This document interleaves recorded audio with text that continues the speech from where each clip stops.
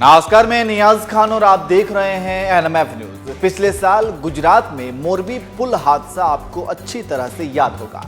30 अक्टूबर 2022 को यह हादसा हुआ था जिसमें 135 लोगों की जान चली गई थी। वहीं इस हादसे के बाद गुजरात में बीजेपी सरकार को घेरने का काम विपक्ष ने शुरू कर दिया था। राज्य सरकार की खूब किरकिरी भी हुई थी।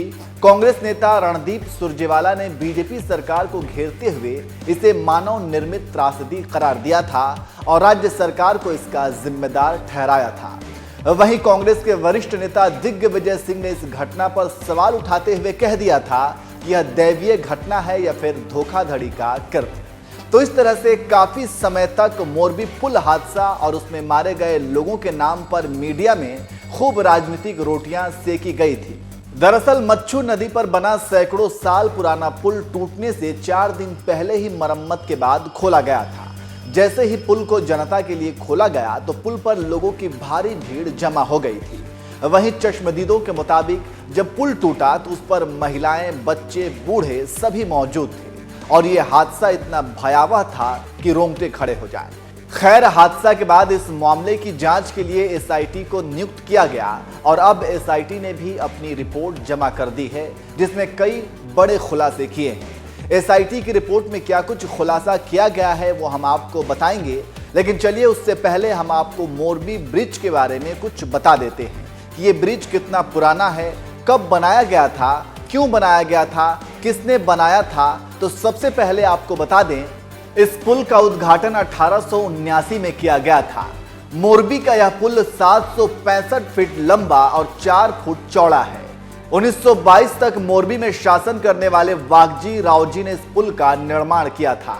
पुल बनाने का उद्देश्य दरबारगढ़ पैलेस को नजरबाग पैलेस से जोड़ना था। अजंता मैन्युफैक्चरिंग लिमिटेड को मच्छू नदी पर बने पुल के संचालन और रखरखाव के लिए ठेका मिला था।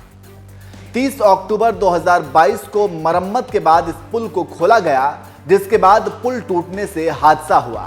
इसमें 135 लोगों की जान गई। तो यह है मोरबी पुल का पूरा इतिहास। अब पुल टूटने के बाद राज्य सरकार की खूब किरकिरी भी हुई, जिसके बाद एसआईटी जांच का आदेश दिया गया।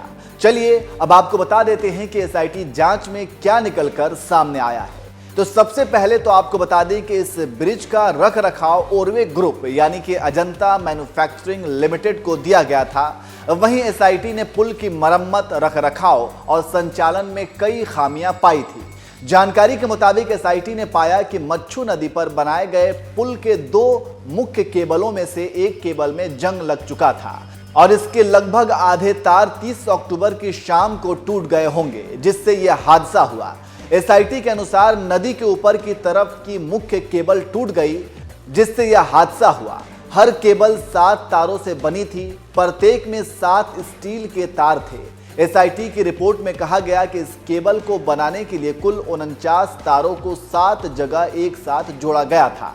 एसआईटी ने अपनी रिपोर्ट में आगे कहा, यह देखा गया कि 49 तारों में से 22 में जंग लगा हुआ था, जो इंगित करता है कि वो तार घटना से पहले ही टूट गए होंगे।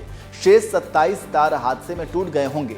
इसके अलावा एसआईटी ने अपनी रिपोर्ट में कहा कि पुरानी स्टील की छड़ें जो केबल को प्लेटफॉर्म डेक से जोड़ती हैं, इसे नए स्टील की छड़ों के साथ वेल्ड किया गया था। उन्हें पूरी तरह से बदला नहीं गया था, जिसकी वजह से पुल भार को उठा नहीं सका और टूट गया।